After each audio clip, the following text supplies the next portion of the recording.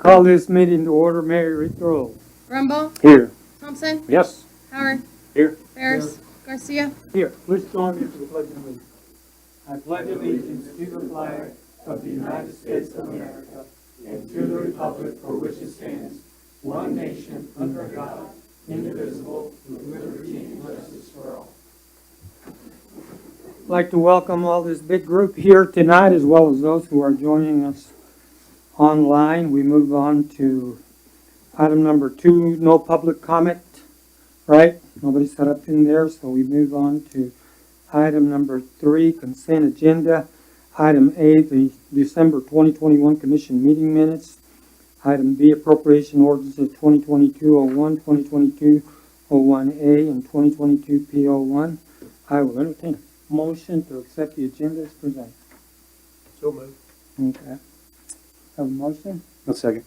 Second by Commissioner Brombaugh. Any questions, concerns? Mary Throw. Thompson, Yes. Howard, Yes. Ferris, Yes. Rumble, Yes. Garcia. Yes, thank you. Move on to item number 4.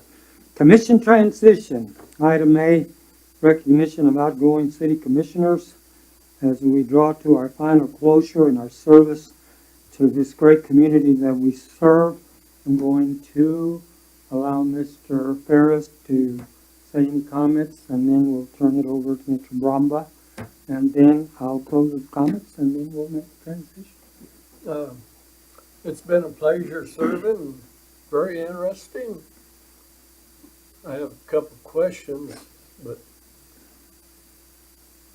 did local businesses get a bid on the Christmas party? What do you mean by bid on the Christmas? On the catering? The dish room's doing it, right? Yeah, the dish room's doing it, yeah. Did any of the local business get a chance? Well, we contacted a couple of businesses, but I think because dish room has been used before, that's what we used. Problem I see is they're not local, they don't pay taxes here. That's something you need to keep in mind in the future. Okay. Because we got a lot of businesses here. If we don't support them, they're not gonna be here. Okay. And it's been a pleasure.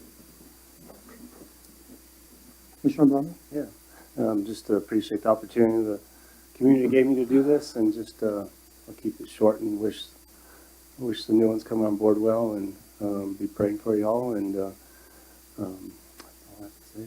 All right. Well, my closing remarks, first of all, I'd like to thank the good Lord for the ability and the skills that He has given to serve this community for the length of time that I've done it. There's one scripture that comes to mind, and that's Malachi 6:8, which says, "What is it that I require of you, that you walk humbly before the Lord and always do what is just and right?" And secondly, I'd like to thank all the taxpayers and constituents who have supported me throughout the years. It's been a pleasure to serve them. I appreciate your confidence and your faith in what's taken place, and we've accomplished many great accomplishments with the help of the good staff that we have. I'd like to thank each of the department heads and all of the employees as well for your commitment and dedication and your professionalism that you've committed to the city. We see that by the value and the professionalism, how you handle your capacities. And in a situation when we serve as far as elected officials, the best advice that I can give to the oncoming, and I served with 2 commissioners here, well, Aaron and who have been my colleagues for as well as 2 years, that is that when making a decision for the city, one must always consider the equilibrium, the balance, that the decision has to be just as good for the people who have elected you as well as the municipality. And so we all both work together, and as long as we can achieve that, I think you'll have a wonderful career. So with that being said, I'd like to congratulate Ann and Brooke and Jason, and I've known you guys, and I think you guys will do a good job. And with that being said, I'd like to say thank you once again. we're ready for the recognition. Oh, and one more thing, if I hadn't turned around and looked at Kent, and so I think that we leave you guys with a very professional individual who has been in city management for many times, and he is, time that I've got to know him in these last few months, he is very balanced, very professional, and he's got a listening ear, and he's always going to make the right choice. So with that being said, Kent, Gonna try. we're ready.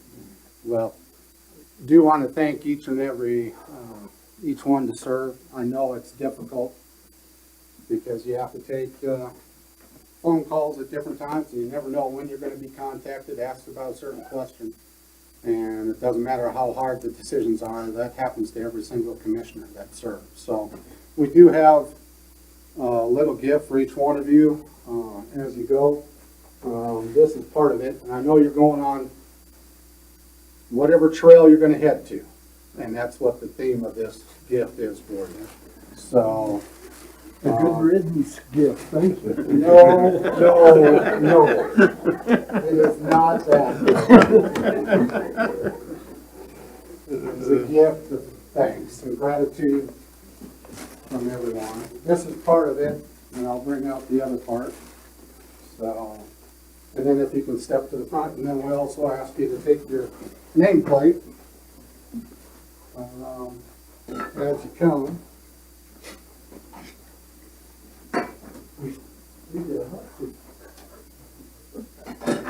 And then please bring that out, whatever's in the bag there.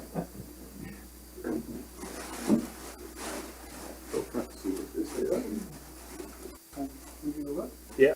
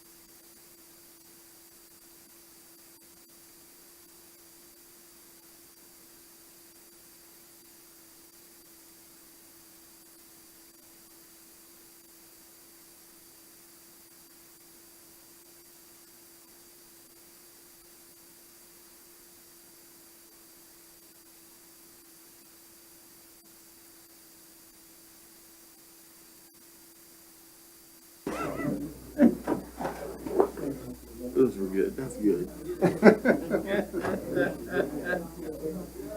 Thought it'd be something better than a plaque, but Yeah, that's pretty great. That's good.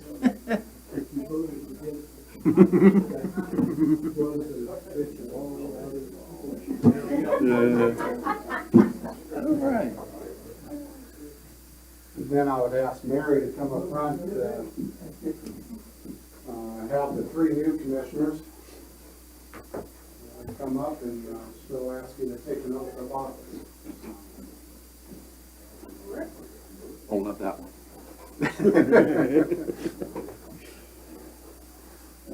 Raise your right hand and repeat after me. I, Brooke Redland, I, Brooke Redlish, do solemnly swear do solemnly swear that I support the Constitution of the United States, that I support the Constitution of the United States, the Constitution of the State of Kansas, Constitution of the State of Kansas, and the laws of the City of Goodland, Kansas. and the laws of the City of Goodland, Kansas. I will faithfully I will faithfully and to the best of my abilities and to the best of my abilities discharge the duties discharge the duties as City Commissioner, as City Commissioner, so help me God. so help me God. If you would take this and sign it, and you give it back to me. Yes, ma'am. Jason? I, Jason Showalter, Do solemnly swear that I support the Constitution of the United States, That I support the Constitution of the United States, the Constitution of the State of Kansas, the Constitution of the State of Kansas, and the laws of the City of Goodland, Kansas. and the laws of the City of Goodland, Kansas. I will faithfully And I will faithfully, and to the best of my abilities and to the best of my abilities, discharge the duties discharge the duties of City Commissioner, of City Commissioner, so help me God. so help me God. You'll just sign it and then turn it to take a seat at the Come on down. You can choose any available Yeah, come on down. I, Ann Myers, do solemnly swear that I support the Constitution of the United States, For the Constitution of the United States, the Constitution of the State of Kansas, Constitution of the State of Kansas, and the laws of the City of Goodland, and Kansas. the laws of the City of Goodland, Kansas. I will faithfully I will faithfully, and to the best of my to ability, the best of my ability, discharge the duties discharge the duties of City Commissioner, of City Commissioner, so help me God. so help me God.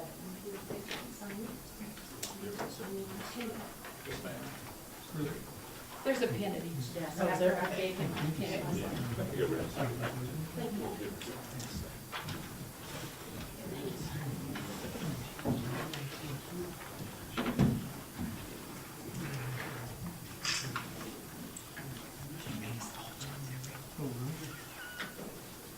Official, welcome aboard, everybody.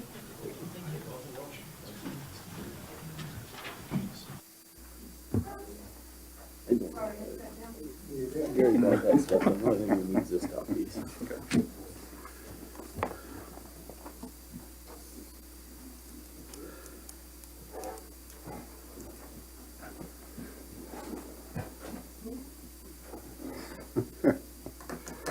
Well, now, the city commission elects its own mayor to serve a one-year term. So that will be in discussion. I would like to nominate Aaron Thompson. I'd second. All right.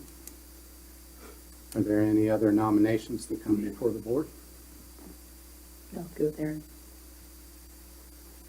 All right. All those, I'll substitute here. This one, I guess. All those in favor say aye. Aye. Aye. Or I guess that here you say, Mary, take the roll. Yes. But- Yes. Sorry about that. Mary, take the roll.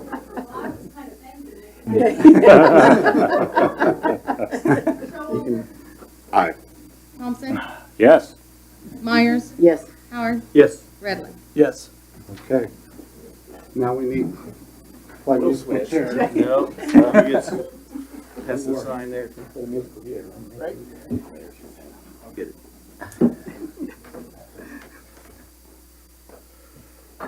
So TV audience knows who up front, center. Yes. I don't know why I always sit on this side. I, Aaron Thompson, I, Aaron Thompson, do solemnly swear do solemnly swear that I support the Constitution of the United States, that I support the Constitution of the United States, the Constitution of the State of the Kansas, Constitution of the State of Kansas, and the laws of the City of Goodland, Kansas. and the laws of the City of Goodland, Kansas. I will faithfully I will faithfully, and to the best of my and ability, to the best of my ability, discharge the duties discharge the duties as mayor, as mayor, so help me God. so help me God. If you'll just sign it, I'll go in there. I'm gonna sit.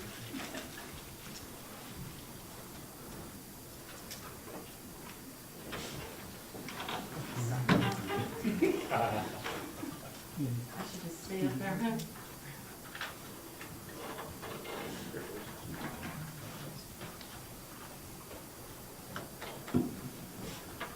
Well, I do appreciate the support and faith, ill-advised or not, of the commission. Elect me as mayor. Next order of business, we need to do the election of the vice mayor.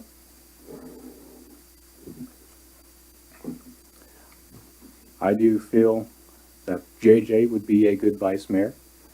I would like to nominate JJ. I second that. Are there any other nominations or further discussion? Here. No? Okay, Mary, read the roll, please. Myers, Yes. Showalter, Yes. Redland, Yes. Howard, Yes. Thompson. Yes. Yes.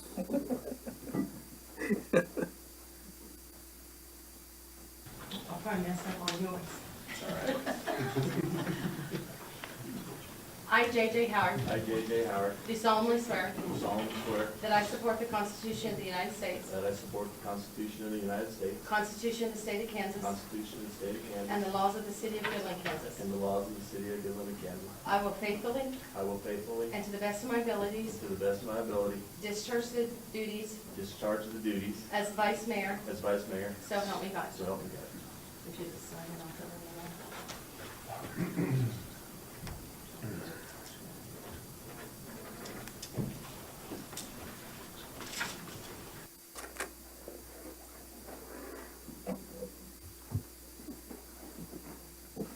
Okay, let's just get right into the rest of the meeting, shall we?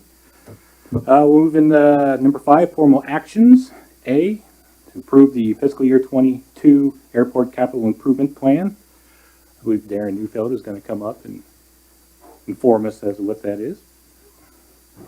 Good evening. Good evening. Commissioner. Thanks, sir. Best of luck as you move forward. So I'm going to pass out a slight addition here to you. You received in your packet, oops, hold on. You received in your packet the annual planning documents, but what I wanted to go over, especially since, you know what, and I gave you one of these, I'll take one. Is that you, that one? There you go. I'm sure you did. I was going to distribute these before, but since everybody's playing musical chairs, I thought I'd wait. You didn't have to drag more paperwork with you.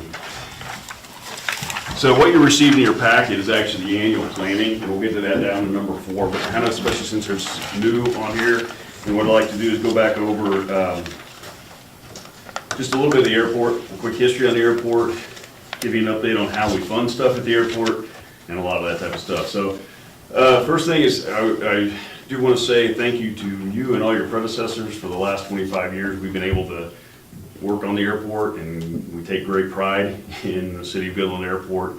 It's got a lot of good history, and we've been able to accomplish a lot of good projects here over these last 25 years and get it in a good position for this part of the state. One of the things, so over this last 20 years, we've replaced almost every piece of asphalt out there to concrete to increase that length of life. The last piece of asphalt you have is the crosswind runway, and that construction will start in April. And we'll replace it.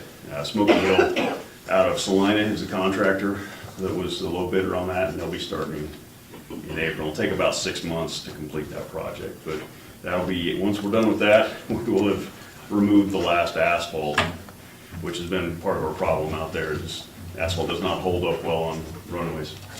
The other thing I wanted to mention is a couple years ago, I would have stood up here on B and said you were the second oldest. You are now the oldest concrete white topping pavement in the United States on your main runway. That runway was white topped in 1974. And by white topping, what I mean is the old original asphalt runway is still there. It's still underneath. And what they did is they made it bigger, a little bit wider and longer, but they actually put concrete straight on top of that old asphalt. It's called white topping. That's the process. And like I said, 1974, you are now the confirmed oldest, and the FAA has confirmed that. So it's quite an accomplishment to have a piece of pavement that's getting close to 50 years old and still be in as great a shape as it is out there. It's been pretty amazing to the FAA, to the Concrete Paving Association. Everybody looks at it and goes, wow. So whatever contractor and supply and materials were put into that was done right, because it's still in great shape. So the funding sources we use to take care of funding the projects out there at the airport. The first one is self-funded. We don't use that very often. That is our last resort, because that's 100% on the city, so that's not there. The second one is KDOT Aviation. For KDOT Aviation projects, you're competing, and that's what I say in number 3 there. Their applications are due every year in September, so we work with the airport board and city staff, and if there's a project that doesn't fit into the FAA piece, we go for KDOT Aviation funding, and that's how we just got done doing the taxiway B replacement project. Was actually 2 years of KDOT Aviation funding. So we went after 2 consecutive grants, got both of them, and that's how we paid to do that project. It's a 90-10 cost split, so 90% state of Kansas money, 10% local money. And then the third way is your FAA grant program, and that's the bulk of what I'm here to kind of talk about tonight. On the FAA grants, so if you look down there under number 4 now, we currently are planning the federal FY23, which actually doesn't start until next October, okay? But with the FAA, you have to plan out at least a year in advance. That's just the way they work. So every year, the city of Goodland gets $150,000 entitlement money put into your FAA bank.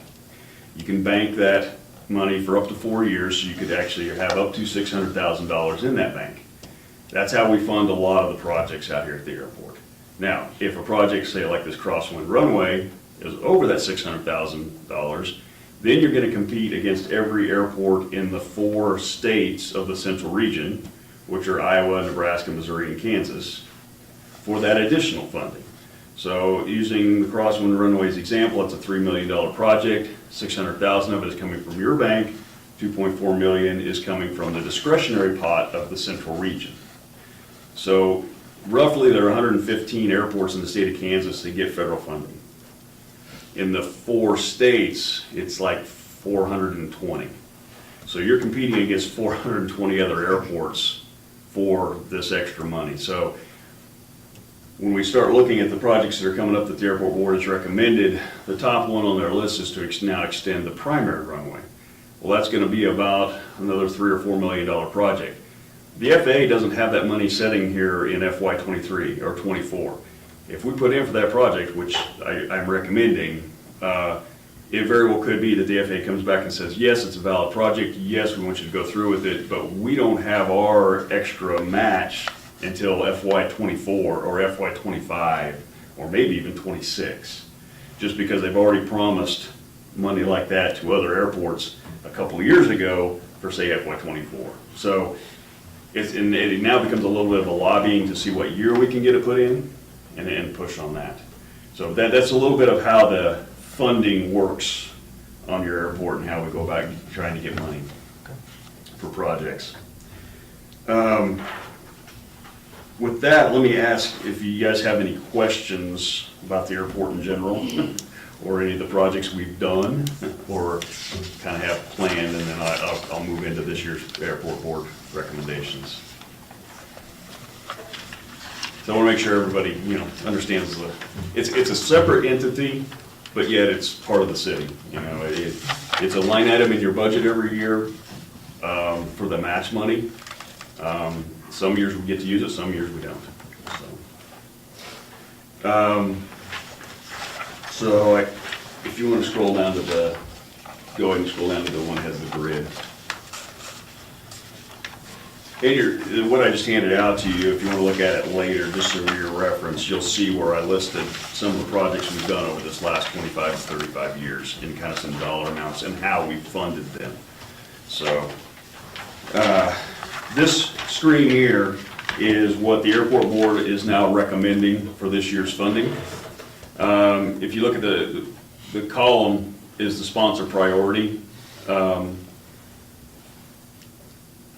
So the first one, we have number 1 still on the acquire snow equipment. The board wanted to go ahead and move that one down to number 3. We have to go in and update these after you guys concur with them. So not all of this is updated to what we're actually going to turn in. We can't do that until you approve it. So we're going to move the acquire snow removal equipment from a number 1 probably down to like a number 3, unless the FAA says, no, we're going to go ahead and do that for you now, and we're going to put you on the list for the extension.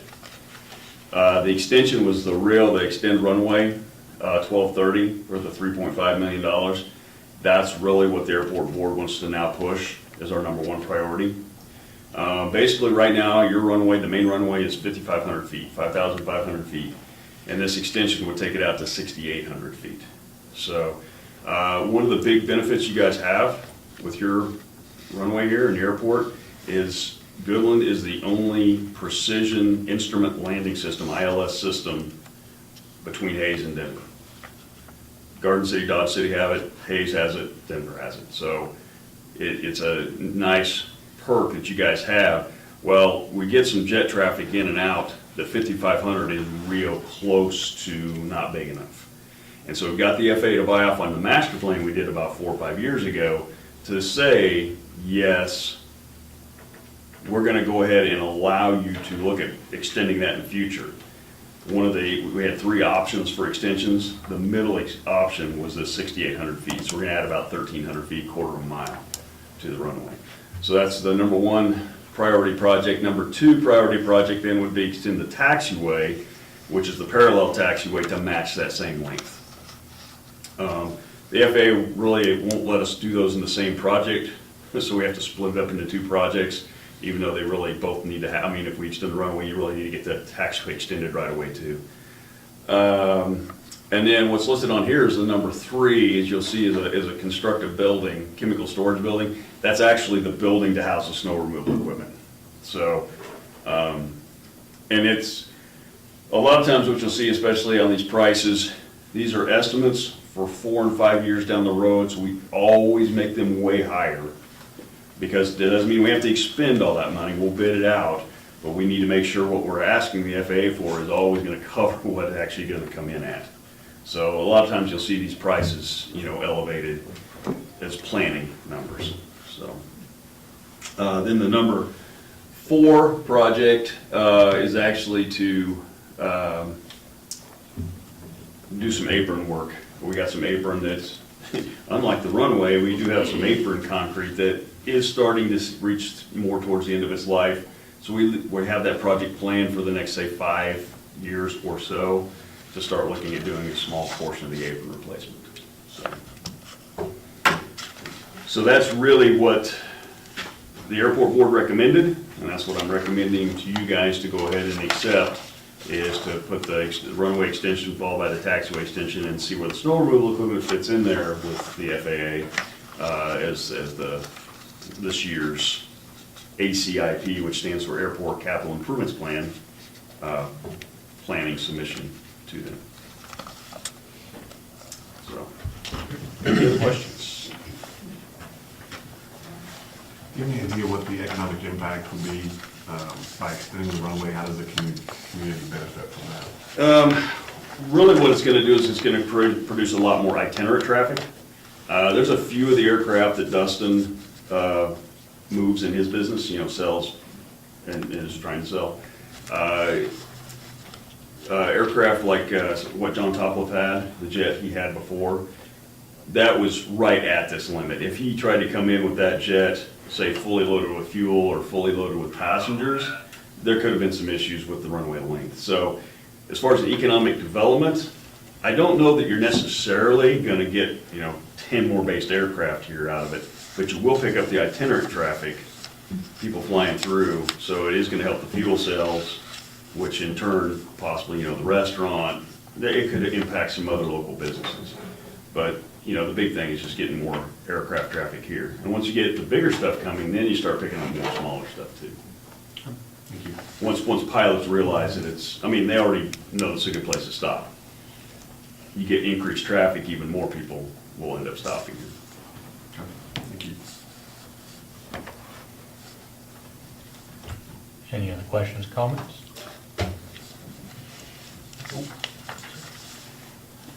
I would entertain a motion to approve the fiscal year 22 airport capital improvement plan. So moved. Did you want that, Darren, with the changes? that you Well, mentioned? as I presented it, then I'll go in and make changes. So as presented. So as presented. Okay, I'll second that. have a second? Any other further discussion? Okay. Mary? Myers. Myers. Yes. Howard. Howard. Yes. Bradley. Yes. Showalter. Yes. Thompson. Yes. Thank you. Since you're up there, let's move on to B. KDOT taxiway reconstruction change order number 2. So we just finished up with the KDOT taxiway project. It actually finished up construction back in the late fall. We had to do some coring on it to verify some depths, make sure we could do a full payout to the contractor. That met all the depth checks when we came out and cored it, so we were able to pay full out. So this change order is in the amount of an increase of $30,146.51. Basically, where the change order, there's one major line item that caused the chunk of the increase, which is roughly over 50% of it. About 15,000, that 30,000 came from the fact we had to add a fillet or a turning radius right where this taxiway B connects to the 5 end of runway 5. Can you pull the map back up? This, on that document that's up there, just go back up the map right there, okay. So right here in this area, right where taxiway B comes down and meets into the 5 end, we had to add a turning radius in there. We originally thought we were gonna be able to add that onto the runway project, and during the runway project design, the FAA said, nope, that's part of the taxiway, you should have done it with the taxiway project. So we were already in construction at that point with the taxiway, so we went ahead and added it to Miller's contract to construct that here. So that's why 15,000 is just for 350 square yards of concrete that we had to add as a turning radius at that location. Then $5,000 of this change order was an increase to a steel adjustment price. From the time we bid it till the time that we were able to acquire the materials, there was a steel increase, so $5,000 went to that. And then there was about another 5,000 or so that was some extra dirt work we did to make some drainage improvements kind of beyond what we did with the basic part of the dirt work for the project. Because there was just some spots that had silted in over the years, so we went ahead and did a bunch more leveling out and removal to make things drain better around the taxiway. So that's where the bulk of the 30,000 comes from. So that's the final change order, and so the final price, which then matches the pay estimate, the final pay estimate to the contractor, all match up to that $705,768.41 for that whole project. Okay, so basically this amount is, you know, we had approved an amount before, You an approved- estimated amount. But it Well, was- we actually, so, yeah, that's a good point on this one. So, we originally approved a contract for $429,000 and some change, but that was just phase 1.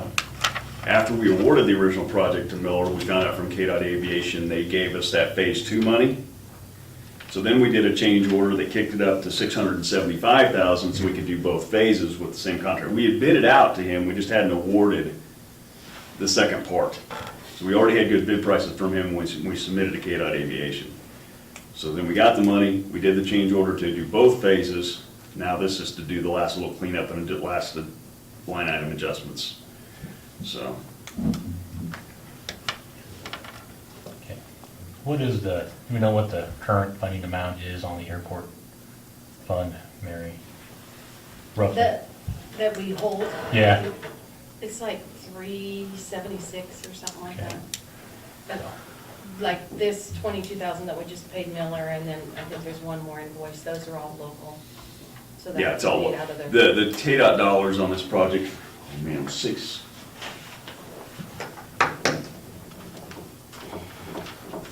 Sorry, I didn't look. Yeah, I forgot to look up how much we got in KDOT money on these two projects combined. But I'm thinking it was 635,000 or something like that on both phases, what we got from KDOT Aviation. Okay, so I guess on this, so where exactly are these funds coming out of? That's where- They're coming out of the airport. The airport Out of fund. the airport fund, Yes. okay. That's- 376,000? that's Yes. what I thought. Yeah. And that being said, remember your The FAA FAA grants that we currently have, those are being funded at 100% because of the, what is that money called? Well, Rescue. Yeah. There's all kinds of, depending on which flavor you're looking at. Yeah. I'm not calling them. Yeah, I guess that's another good. Airport point. rescue. So the runway project that we're getting ready to construct, you didn't have to pony up your 10% on that one. Mhm. You know, a $3.1 million project, which normally would have been $310,000 for the local, but because of the federal funding went to 100% the last 2 years because of the COVID issues, that project's actually funded at 100%. So we had money kind of banked for some of those projects, and we had it sitting there, and now that's what we use for this 30,000. And they're still gonna have some stuff in there. We have come out very well the last couple of years. Yes. On the projects that we have done out there. We're very thankful for that. We've been in the right posture for projects. The same thing happened 10 years ago under the stimulus money. We actually had 3 taxiway A replacement projects already in design when that money hit. And then the city got those funded at 100% 10 years ago because we had them lined up, ready to go. We actually did have shovel-ready projects 10 years ago. I mean, they were literally, we bid them out within weeks after finding out that that stimulus money was available. So, Any other questions? I move that we approve the change order number 2 for the KDOT taxiway construction project. I'll second. Okay. Any other further discussion? Mary? Redland. Yes. Howard. Yes. Myers. Yes. Showalter. Yes. Thompson. Yes. and the pay estimate was a part of the big piece, right? Yes, it Okay. was already approved. Good enough. All right. Well, thank you very much. Welcome to the new commissioners. And if you ever have any type of questions about the airport, get a hold of Andrew and you get a hold of me. I'm Tony, one of the bus. Didn't we turn in that KDOT? Did we turn in that KDOT ACIP stuff in? Well, we don't turn in KDOT. Or not? I mean, we turned in a KDOT Grant grant, but that was back in September. Okay. They still haven't announced any KDOT grants for the year. We did turn in an application for another KDOT grant project, but they haven't announced those yet. Normally, we hear about them first part of December. This year, for whatever reason, it's taking them a lot longer to make the announcements. So there could be another project coming for that. So it's being another piece back in behind the hangars, another piece of pavement, taxiway, so. All right, great. So, like I said, if you ever have any questions, please stop by, catch Andrew, and you can relay it to me, and we'll get you an answer, or take you on a tour out there, especially during construction, if you want to come out.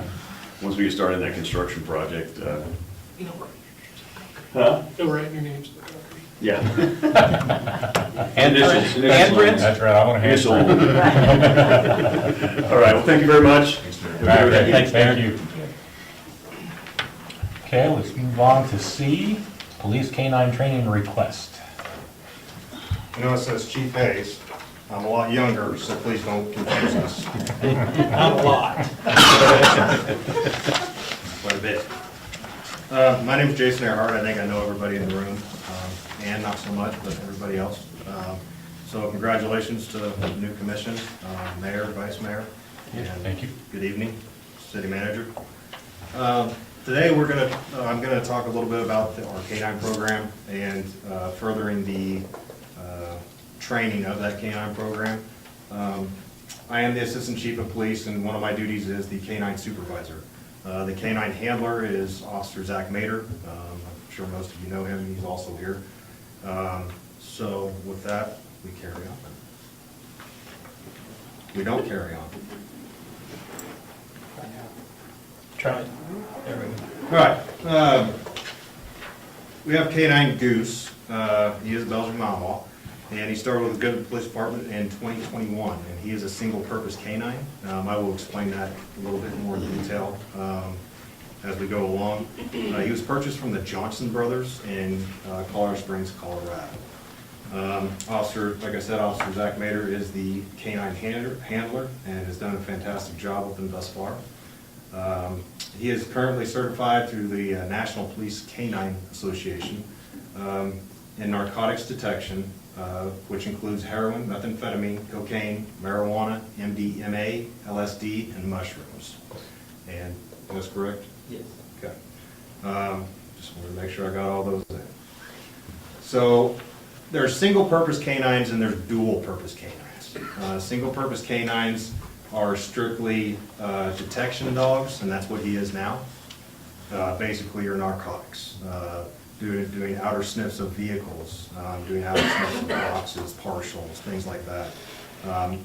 So what we're looking to do with K-9 Goose, looking all happy in the picture there, is make him a dual-purpose canine. And that would include detection work, tracking, apprehension, patrol function, evidence, and article recovery. And I'll go into more detail about that. Police service canine training, obviously we consider agency handler selection, which Officer Mater is the canine handler. The maintenance training, Officer Mater has a great deal of training he has to do every shift. He's constantly training with the dog when he's not on calls for service and things like that. He has to keep logs of that training, very detailed logs, wind, humidity, if he's doing stuff outside. It's very detailed. So if it ever goes to court, we can say, you know, this is the behavior he exhibited, this is how I knew that he alerted to narcotics. The odor of narcotics. He does have to be certified in narcotics. And at this point, Colorado Springs or Denver? Springs, through the National Canine Association. He's actually going to certification Friday. And the daily maintenance training I explained. Every time he's on shift, he's constantly doing training. So a little bit more, it's extensive record keeping, as I said. He has to do his maintenance training. He does have to do his certification. We do have live narcotics in a safe that he has to do an aid inventory on, basically, and account for those by we weigh those. Every time they go out, he weighs them. Every time they come in, they weigh them, and then I check that. I check that log, I check the actual weights, I make sure nothing's off. The health and wellness of the dog, he is responsible for that. If something's going on with the dog, obviously deal with that. The cost records, he keeps track of that. The deployment records, so he not only gets called out by us as an agency, he also gets called out frequently by Kansas Highway Patrol. And I was a previous canine handler, and we've also went up to St. Francis. They've called me out, not him, previous. So there's other towns that need the services but don't have a canine, they will also call on us as well. And depending on whether we can go or not, we'll send them. And we also keep up with stats, and that's his responsibility as well. So to go into further, as I was talking about, he is a single-purpose canine. What we're wanting to do is make this canine a dual-purpose canine. And a dual purpose is everything we talked about as far as the patrol functions. And one of those functions is tracking. Tracking is actually, you might see it on TV or something else. It doesn't just go off of the human body, the smell of the human body. So the dog just doesn't take off and sniff. Now bloodhounds can do that. But this dog actually works off of ground disruption and crust vegetation. So every time that you step on grass, or if you go through concrete, you're always shedding body odor, skin, body odor, things like that. It's very interesting. And the crust vegetation, that dog will sniff the crust vegetation and follow that line until the suspect is found, or he loses track. Unfortunately, this is kind of an outdated thing, but at the time nationwide, less than 5% of all tracks are successful. So it's not a huge successful rate.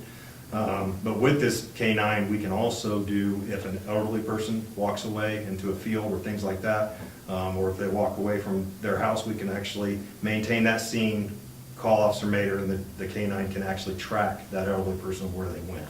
We just have to be careful at the end of that track. You have to have some extra trackers in there to make sure if we see him, we pull the dog back so he doesn't bite that person. Also, it's dependent on weather, the length of the track, how old the track is. So it's kind of a dual thing with tracking.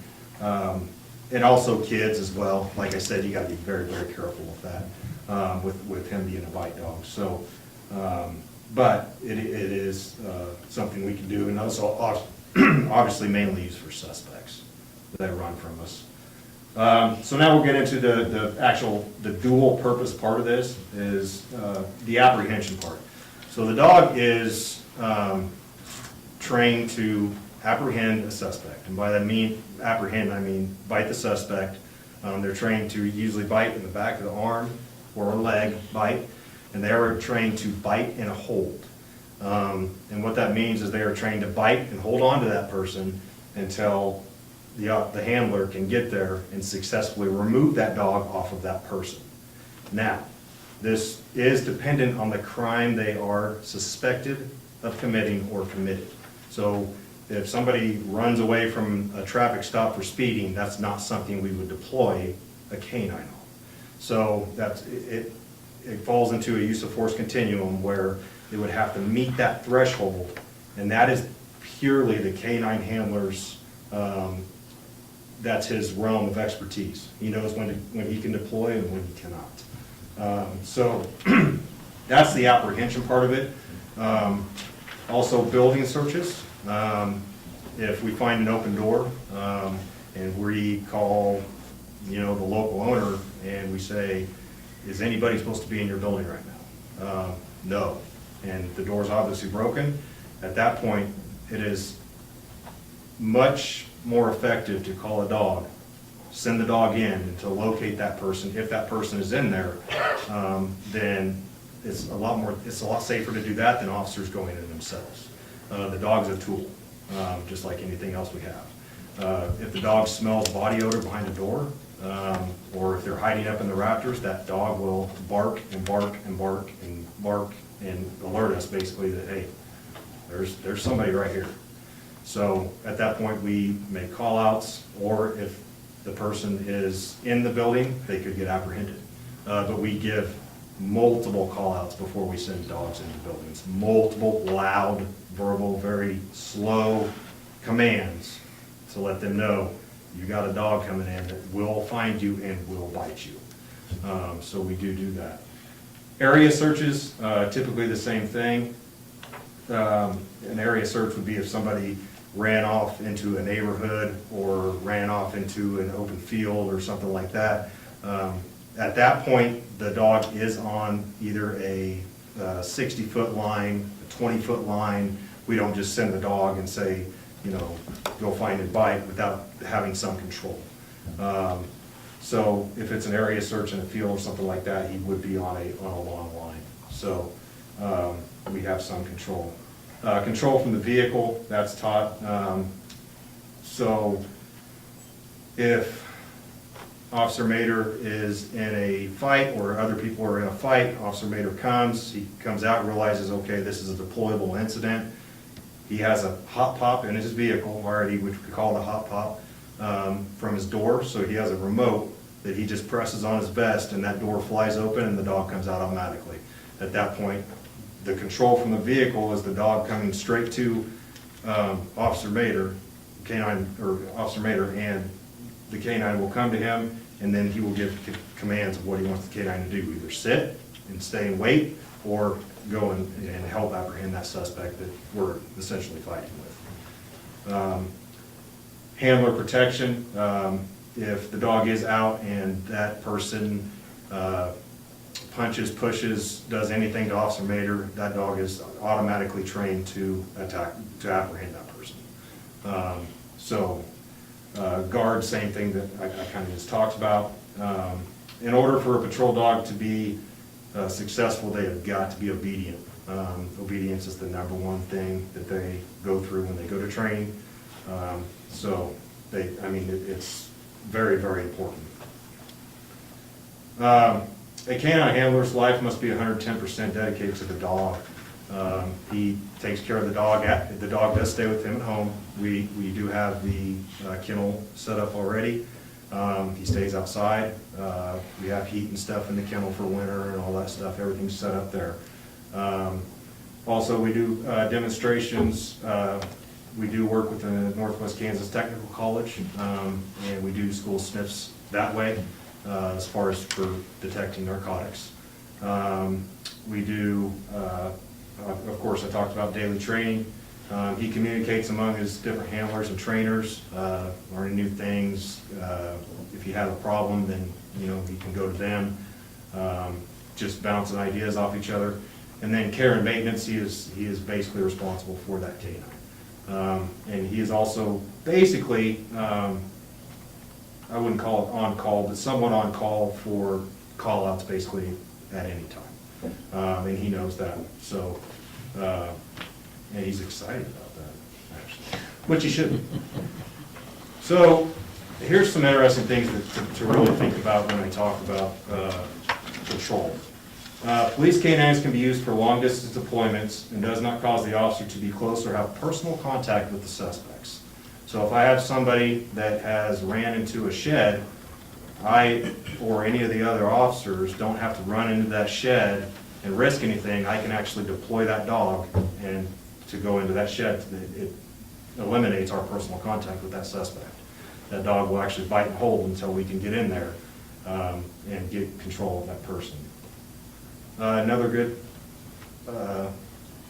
thing is that they can be used around the blind corner, especially in a building. If I'm going around this corner right here and I don't know what's around it, that's when I send my dog into buildings or other places that have those blind corners. You can't see. So that's another perfect example of why officer safety. Again, it's a tool, it's a canine. If there's somebody around that blind corner, that dog will find them and do what it has to do. We also have the ability to be a little bit more discreet in our locations, especially if we deploy in a building. The suspects won't know our location, as opposed to us walking in with keys and things like that. The police canine will be sent in, and usually is very quiet in doing so. So that doesn't give away our location. Police canines are faster, stronger, and have the ability to cover a larger area in a fraction of the time than obviously officers are. So that's a huge benefit. Police canines are the only resource that cannot be taken away from the officer and used against the officer. So if you think about that, if I'm getting attacked by somebody, they can take away my firearm, they can take away my taser, they can take away anything on my body. The police canine is the only resource that they can't take that away. So that's just another point. Police canines are the only resource that will alert the handler of danger. There's been instances where they've been in the back of the patrol car and they start growling. You start looking around real quick. And usually it's somebody either walking up to the patrol car, walking by the patrol car, so they will actually alert you to danger that surrounds you. It's actually pretty neat. So another really good point, a canine is the only tool in police that can be recalled if a situation changes, as often they rapidly do. Once I pull the trigger on my firearm or my taser, that incident's done. My firearm, the trigger is pulled, my taser, the trigger is pulled. If I send if Officer Mater sends Canine Goose to go bite somebody, let's say Jason, because he's sitting right there, and Jason suddenly gets up and puts his hands up in the air, that dog is trained to stop and go down, or be recalled back to the handler. So what I mean by, as opposed to me shooting that taser at that person, I can't stop that action, but we can actually stop that dog in its tracks and then be recalled to its handler. So basically preventing that use of force, if that makes sense. So there's a huge misconception that a vicious dog is a police canine. The police canines have to possess sound and even temperament, and that comes from the Johnson brothers. They handpick their dogs. They travel and they actually handpick each dog. They make sure it has an even temperament, and that consists of the character traits, genetics, and drives. So they have to have an even temperament. They have to be clear-headed. They have to be, which comes along with the obedience and the control. The dog has to be in complete 100% control of the handler. So it's very important. And I kind of went over this. The police canines are trained to bite and hold a suspect when a command is given by the handler. Again, it depends on the crime committed or suspected of committing, whether the suspect has weapons, things like that. And just in general, a dual-purpose canine is actually an outstanding deterrent. When I was a canine handler, this has been quite some time ago, there were 2 police officers that had somebody at gunpoint. I pulled up, I got my canine out, he would not listen to the people that had, the officers that had their firearms pointed at him. I got my canine out, I made an announcement, he looked at me and went straight to the ground. So there's something about a dog, right? If you're walking or something like that and a dog's running up to you and you see it and you don't know what to do, so you just freeze. So it is an outstanding deterrent to, as opposed to using force on any suspect. It's a great deterrent. So that's all I got. With that, I'll take any questions. How long are canines in service? Typically 8 to 10 years. The national average is 8 years. Canine Flex, the dog I had was 10. Okay. So, yeah. Now, it just depends on the dog. It depends on the hips is a big thing because they're jumping in and out of patrol cars. So it just kind of depends. Are there previous instances where this training would have been beneficial in our community? Previous instances. Yeah, like, you had an instance where having a dog that was trained to the bite and hold. Yes, just the other day there was, I can't discuss it because it's an Sure, open that's case. fine. But yeah, just the other day, just literally a week ago, 2 weeks ago? Something like that. 3 weeks ago. 3 weeks ago, that, yes. Is there reason to be concerned about the dog being dual purpose? One being, he's been trained to be a drug dog, obviously. Is there going to be a complication with him having, being trained to be a drug dog as well as on top of now a bite dog? No, so single purpose and dual purpose, they interchange. Most dogs are dual purpose.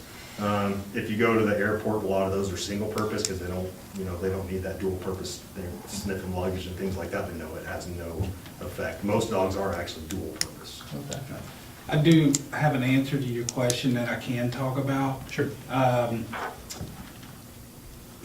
Jason actually found a place where a suspect that had a warrant, the house he was at. So he waited, we all get there, we go in, can't find him, so we pinpointed the garage. We could hear stuff in the garage.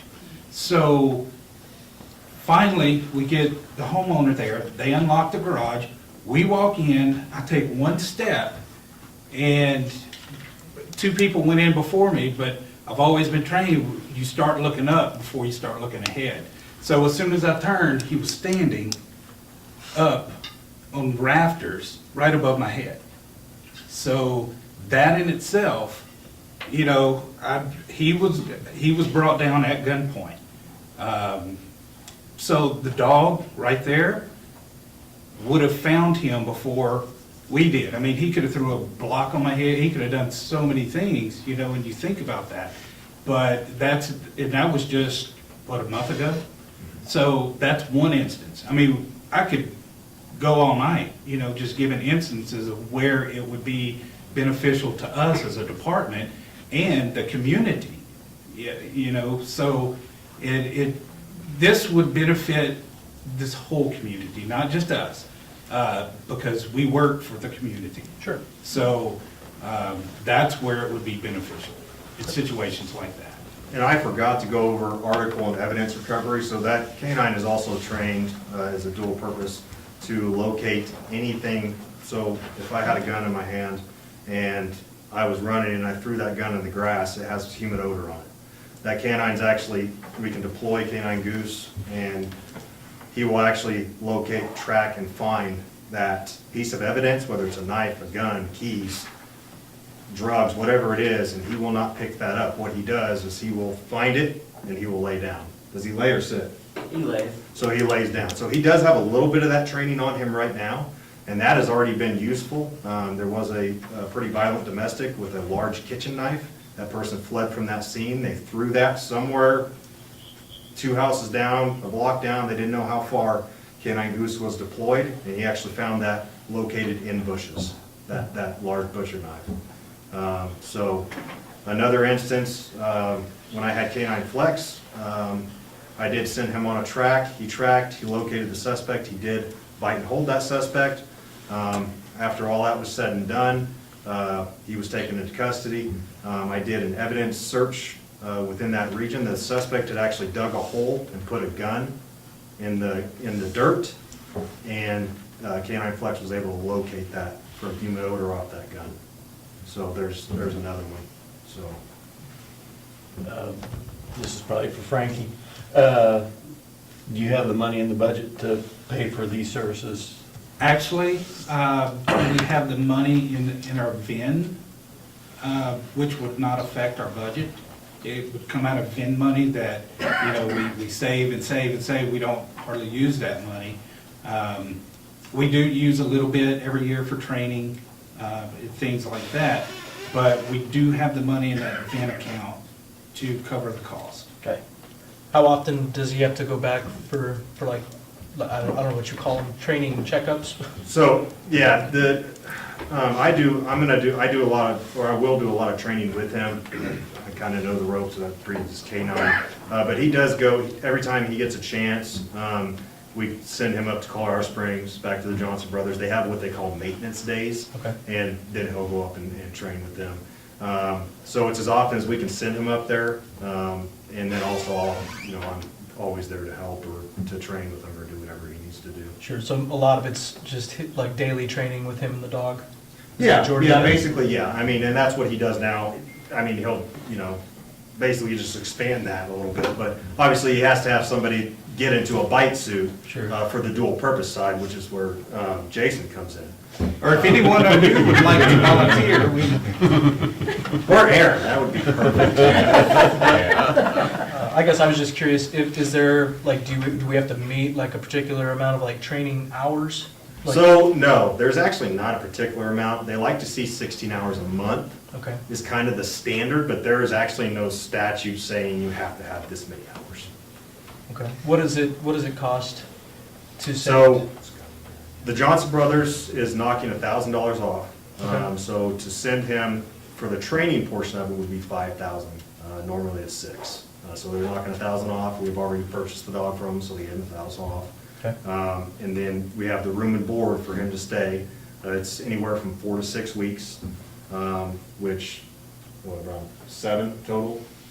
anywhere from 6,500, 6,500 to 7. Okay. We think it would. And that's just for the training of the bite? Well, to train? all of the stuff I talked about. Sure, okay. Okay. So you're getting a multitude of things, it all encompasses together. So we're getting all that for that one price. So we won't have to send him back another time for article recovery and then him come back and, wait a couple of months and send him back for something else. It's all done at the same time. Because if you think about it, it really, in real life situations, it's all together. Because if you have somebody running, there's a reason they're running. Most of the time it's to throw dope or whatever. So he finds the suspect, gets him, comes back, he finds the dope. So it all encompasses together, so that's how they train that. So, money in the budget already. Do you see any fiscal impact or budgetary impact moving forward in the fiscal years coming later? No, it will not affect the budget. As I said, it's going to be in our VIN account. So the 22 budget that was already approved and everything, it will not affect that a bit. This is just money, like I said, from the years But of for 23, 24, do you see costs going up at all? No, because he'll be trained. I mean, it's a one and done. Then you have your maintenance training and stuff, which regardless, that's every year. He has to certify every year. He has to train pretty much daily, plus go up and do the maintenance training and stuff like that. So as far as an impact on future budgets, no, because it's already paid for, it's already done. It didn't affect this budget and it won't affect any other budget. Do the maintenance training or the maintenance days, do they cost? No. They don't cost? No. It normally. Well, it'd be just gas. Yeah, Gas and room and board, or? No. Not even room and board? No. Okay. Yeah, because it's so close to Colorado Springs. Okay, okay. It's a one-day thing, so he'll drive up that morning and they'll do their training and then drive back. Like I said, a lot of that for the dual purse part, but I'll be in the suit. I'll be doing the bite stuff. I can do that with them. But it is nice for him to go up to train with other K-9 officers and the actual Johnson brothers. I mean, it's free and it's good education, so. Sure. And it's just like any other business, I guess you could say, it's networking. So if you meet a guy, and I'll use this, when he got the dog and went up for training, he met a guy from across the state. They communicate, because we have access to certain things, and he can say, hey, this car's been coming through here a lot, keep an eye on it. So he goes back, yeah, I've seen that car too. So it's a lot of intel. So you kind of get that networking, you know, you can reach out to other departments, and like Jason said earlier, they can train together, they can, you know, discuss methods, they can discuss techniques and stuff like that. So that's another benefit to this. You know, it's just like any time we go to training, we meet new people and, you know, we come up with new ideas and throw things off of each other and stuff. So that's another advantage of that as well.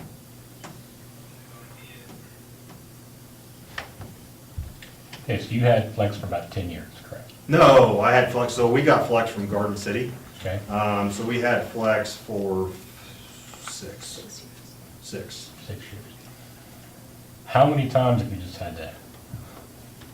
Speculating a little bit here. A year, do you think you utilized the dual purpose dividing portion of his training? Actual bites or just getting him out using it as a deterrent? Because as a deterrent, a lot. So many times I couldn't even count. Actual bites, I think Flex had 2 street bites. But as far as article and evidence recovery, it was quite a bit. Deterrent-wise, de-escalating the use of force, a lot. I mean, I'm sorry, I can't, I could give you his deployments, I have all his stats, but I Yeah. didn't bring them. And I mean, it was kind of a bad question to ask. but- No, that's fine, I do have the stats, it was quite a bit. Especially as a deterrent. Yeah.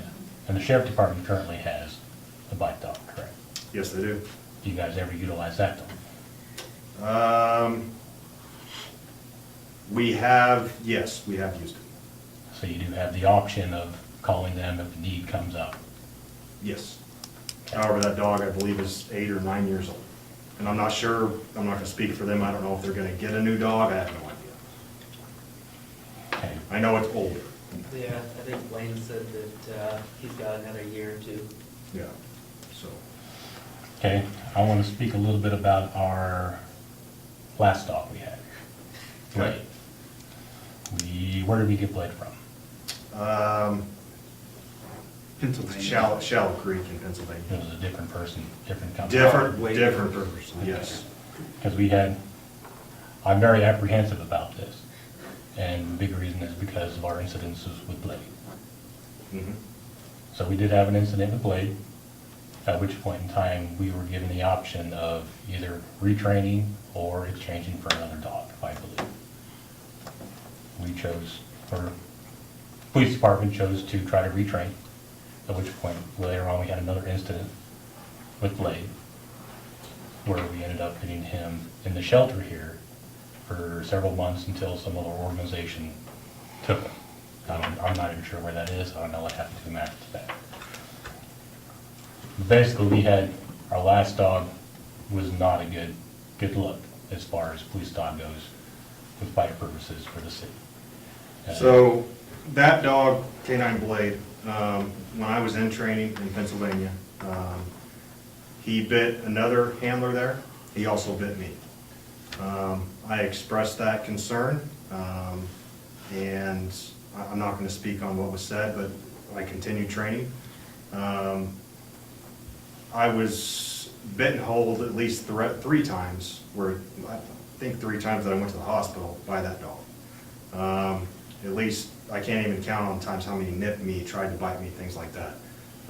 That dog did not have an even temperament whatsoever. That dog did not have any business being a police dog. And this is a totally different outfit that we got this dog from. He has been with Officer Mater for a year. Has he attempted to nip you or bite you one time? No. By now he would. So I understand that concern, and I get it, and trust me, I lived it. So, if I didn't think this was beneficial or that was gonna happen again, that's very rare. I wouldn't say rare, but it's not real common, to have a dog come back and bite you or go up the lead, they call it. I tried to work with the person, that vendor, and it was nothing but just insults. So, yeah, I'm not gonna go into too much detail about that. I mean, one-on-one maybe, but not. And believe me, nobody was more apprehensive than me, because as a chief, I am responsible for my department, you know, what happens to them. And when we got the dog, they were talking, let's make it to a purpose. No. I watched that dog for a year, and he was talking about Flex. I have Flex right now, and Flex is a bite dog. They have the same temperament. They have the same. Flex has never even sniffed at me. He's what, 12, 13, almost 13, and he's still got the heart to do that if he wanted to. So watching this dog, he's got that even temperament, and that's why I actually went to Colorado Springs and watched this dog, and he's focused on what he does, but once he's off of that, he's a play. I mean, you saw him when he came in here when we first got him. You know, he wanted to jump and lick and just, he loves people. So Flex is like that, unless you give him the command. Totally different. Blade, he was, of course, I wasn't a part of that purchase, so, you know, but looking at the first day I saw him, I knew. I mean, you just see their eyes, you know. I'm a dog person, I watch that kind of stuff. But this dog, I have no apprehensions of doing this. That's why I waited a year, so I could watch how his temperament was, how his demeanor was, and I feel 100% comfortable doing that. And Blade was trained and trained and trained and trained, not only with me, but when I promoted, I was no longer the canine handler, he was handed off to Officer Mater, and when he bit and held Officer Mater is when we said no more. And at that point, he had went through an additional 6 weeks of training at a very good place, I'm not gonna say who that was, and he's still, there was just something wired wrong in his head. Yeah, that's what he ain't wired right. Yeah, And we you should can have, tell. we should have taken care of that from day one, and that wasn't taken care of. I'm gonna end it there. Well, he's doing a fantastic job as a drug dog currently, right? Yes. I've seen him, actually watched him pick, just a minuscule bit of marijuana out of a trash can that was full of food, full of whatever. He hit on that trash can. And I've never seen, I was amazed. This dog does amaze me. He does some things that it's like, how did you even, of course I can't smell like a dog, so I can't understand, but it's like, how can you get that little bitty bit in just garbage? And he did, So he is an amazing dog. And even the Johnson brothers, after we bought him, they said, if you would have bought that dog, we'd have kept him for ourselves. Because they, like you said, they handpick them, and there was just something about this dog that they just loved. And so, at first I was like, yeah, he's just, we bought the dog, but we had already bought it, so he wasn't trying to sell it. So that made me think, yeah, he's being for real, so. And does Officer Mater feel that Goose is the type of dog for this addition? Yes, I do. I wouldn't go and have them put dual purpose on this dog because I've gotten bit from Blade numerous times, and the last time, that was it. I was done. I hated to go in afterwards, after I took him home after getting bit, and having to still take care of him until they were nice enough to be like, no, let's take him to the pound. You don't need that. Because every time he'd go and look at me, it was give me that opportunity, I'm gonna get Jake in. This dog, not at all. He thinks he's a lap dog sometimes. If you're sitting there, he'll go and try to jump up in your lap, and you're like, no, you're way too big, you're 90 pounds, get off. But no, I mean, And he does have that bite in him, because I tested him before Johnson Brothers would say, say, hey, yeah, we'll take him, or we'll train him. So I did test him for dual purpose, so he does bite. He knows how to bite, he does bite. Now that's sending him to this class, or this training is obviously going to focus and get him the right skills, but you have to test him before you can just, they just, just send him off to bite. But he will bite, so what he's saying is, I mean, he already will bite right now. And he has it, And he has it. so.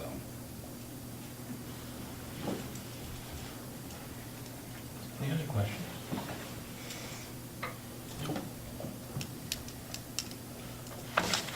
Okay, well, I would entertain a motion for their request. I'll move. Okay, second? Second. Any other further discussion? Mary? Howard? Do you have something to say first? What's the actual motion instead of I just move? Is it a move to approve or move to deny? Oh, I'm sorry. I move to approve the police canine training request from Chief of Police Frankie Hayes. Okay, thanks. Is that right? Yeah. Howard? Yes. Showalter? Yes. Myers? Yes. Bradley? Yes. Thompson? No. Thank you, guys. Thank you. Thank you. Okay, we'll move on to D. Jake Klingler. Jake is unable to be with us this evening. He's ill today, so. Okay. This is just a renewal of the lease between the City of Goodland and Sherman County Community Development for the use of the Welcome Center. As part of the reorganization of the Economic Development, CVB, Convention Visitors Bureau, and the Chamber of Commerce to combine them into one organization, or the combination of the three organizations. Part of that agreement was to have them be housed in the city's building, which is the Welcome Center out on Highway 24. And the initial lease was approved last January. And I bring it to you just as to introduce the new commissioners that this lease agreement was part of that agreement, and also to have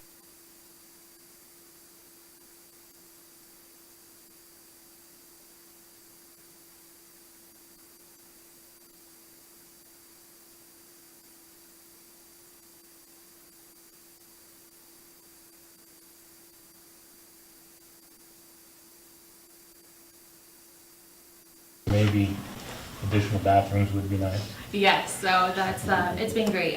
We're located on the highway, so we get to interact with visitors, bring them into town.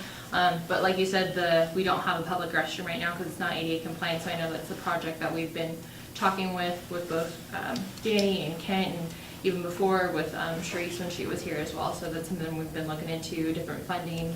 We've reached out to other counties as well to see how they've gotten some bathrooms for parks and recreation placement for that as well. I know Wallace County had one put in because it was, they had so many stops there. So the helpfulness in that, Jessica and I have been doing some research and how we can show that we have X amount of visitors to maybe help with some of that funding or that project. So we've been kind of working on that, but it's harder to find funds for a restroom than you would think.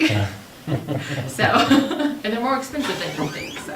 But yeah, it's great. I think the location is great. I know we have talked to several organizations about trying to liven it up, clean it up so it looks as welcoming to people when they take photos. There's not certain things in the way just to kind of liven it up and make it an attraction when people come in as a welcoming to Goodland. But for what it's doing its purpose, and it's been great to be housed there, so, yes.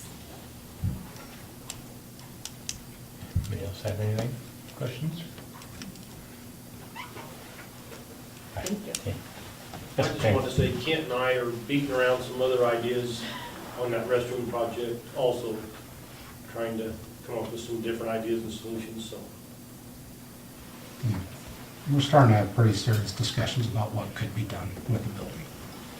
Of course, with the tremendous amount of money we'll get from the lease, which is $1, we'll be able to do an awful lot. Yeah, we would just hold on to those funds year after year. It's gonna be a lot more profit.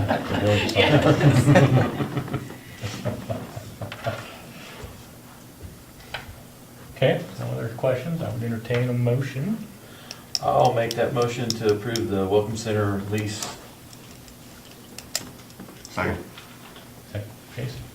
Any other further discussion? Mary? Redland. Yes. Showalter. Yes. Howard.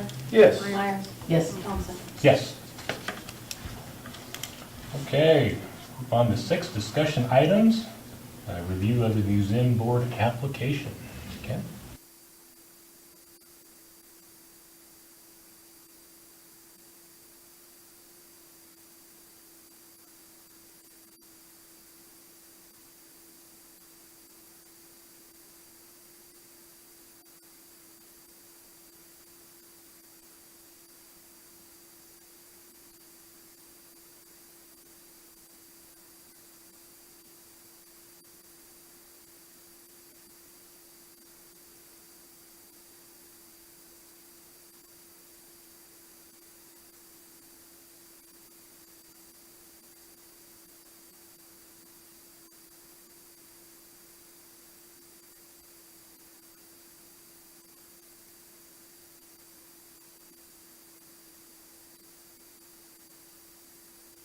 Concerns?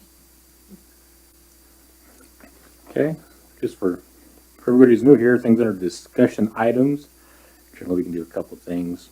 One, we can say that we would like, have a consensus that we would like this moved into formal actions for the next meeting, and we can vote on it then. Or, if you wanted to, somebody could go ahead and make a motion, and we could vote on it this meeting as well. Well, as we know, it's hard to get anybody to volunteer to be on the board, so I'll go ahead and make the motion that we accept David Branda as for the museum board position. I'll second that. Okay. Any other further discussion? I agree. Anybody who is willing to volunteer, I think we were very lucky to have them. So. Mary? Showalter. Yes. Redland. Yes. Howard. Yes. Myers. Yes. Thompson. Yes. Okay, B, scheduling a special meeting. Ken? Oftentimes after an election, we like to, I was advised, but it's also been pretty good practice at other places as well, is try to have a special meeting for goal setting of what you'd like to occur in the immediate future over the next year or two, and also as we go forward. We'd like to set up something where you'd have at least a couple hours, hopefully 3 to 4 hours. We'll see how much your stamina is as we go through it, but it's basically just a work session, and it's just a request for a special meeting, and we'll take care of that as far as that goes. But if we could set aside one evening next week, that could work pretty well. If it doesn't work with your schedules, or we can't get a combination of that, it can always happen later in the month. But what would be your pleasure?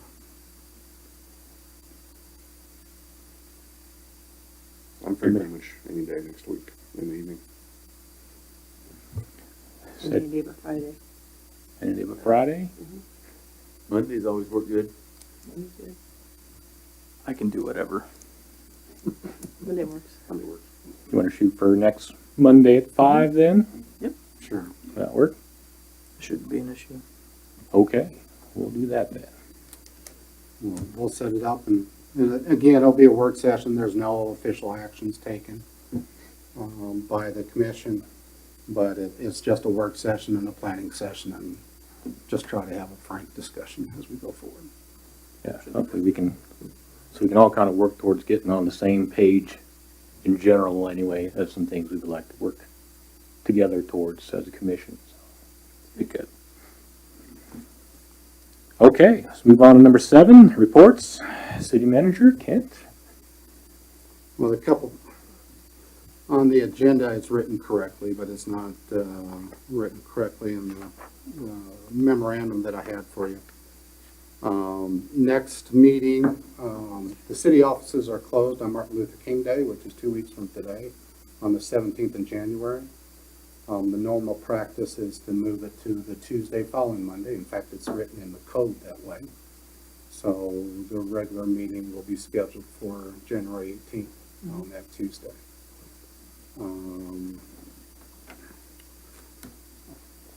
Just had to let you know that the commissioner packets are delivered to you electronically. If you ever want a written copy of the packet as well, that's always available as well. Just want to remind you of a couple things. We will have a request for a couple different times of requests for joint meetings with the county commissioners that'll be upcoming. One is Julissa in the audience here wants to present the results of the housing study to both the county commission and the city commission at the same time. Wanted to give you a little bit of time to get your feet underneath you as commissioners, but that'll be occurring sometime within the next few weeks. I don't know. I'm sure Julissa hasn't talked with the county commissioners yet as well regarding that. The other joint meeting with the county will be a discussion on the sales tax issue. That was an issue at the election in November. We'll want to revisit that issue with the county commissioners, have a joint meeting with the city commission and county commission to discuss that more in detail. They had set a tentative time sometime in February, so just keep that in mind. We'll probably talk about that more at the next meeting. I want to let you know that that's upcoming and put that on your calendar. Another reminder is that the fire department is January 3rd now. It's past January 1st, that the fire department is now a county or a merged department. So we're still finishing up some details about how that merger occurs. We had a good meeting with county officials and the city clerk and the county clerk. Worked well together.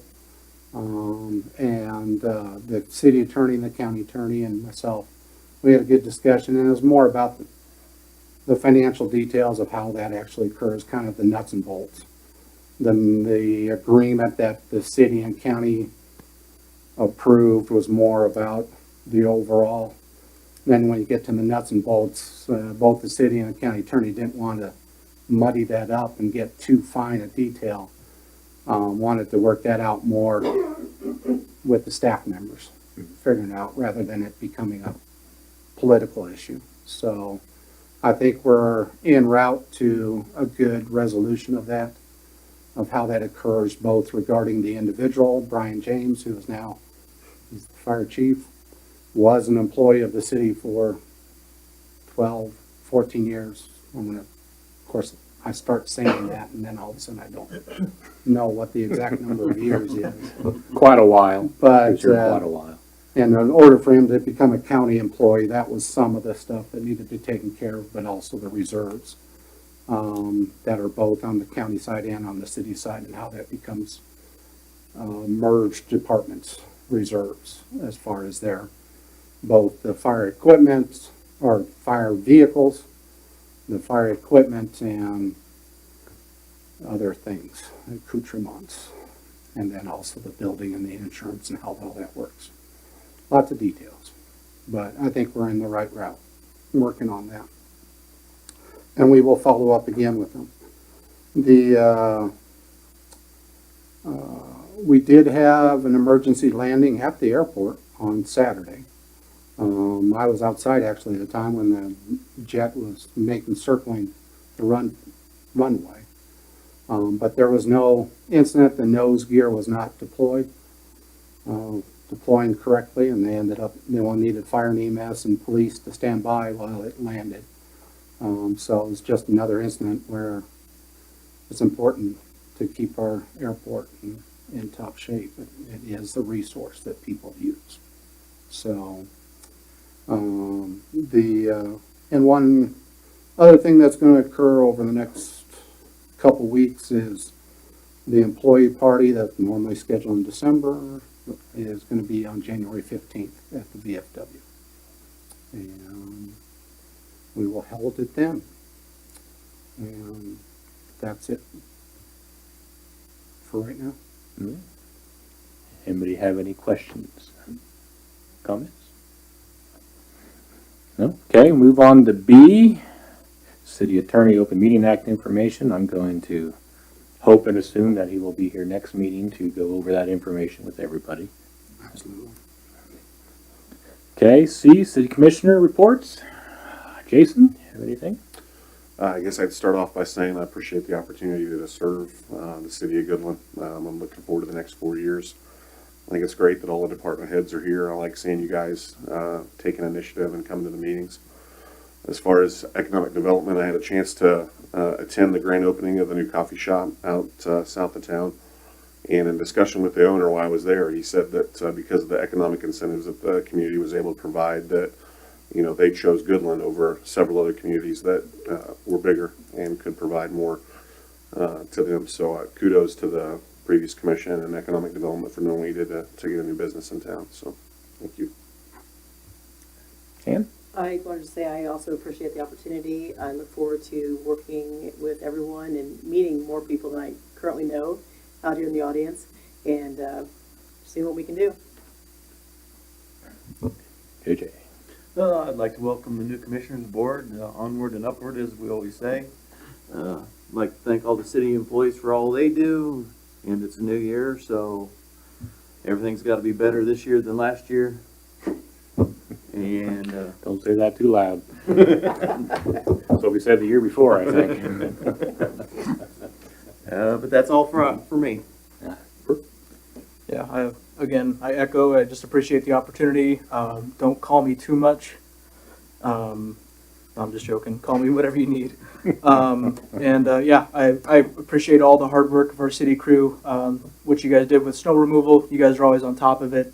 Electrical, you guys are always on top. If we have electrical issues, we greatly appreciate everything you guys do. All right, for the mayor's report, I'd like to say a big thank you again for all the outgoing commissioners the last couple of years. We're kind of crazy. We dealt with a lot of fires, I think, the last couple of years. But I think we've got ourselves fit into a place right now, moving forward with these new commissioners coming on, where we can hopefully accomplish some pretty great things over the next couple of years. So I look forward to that. And that's all I have. So I would entertain a motion to adjourn. So moved. Okay. Second. All in favor? Aye. Aye. It's 6:32 p.m. Thank you, guys.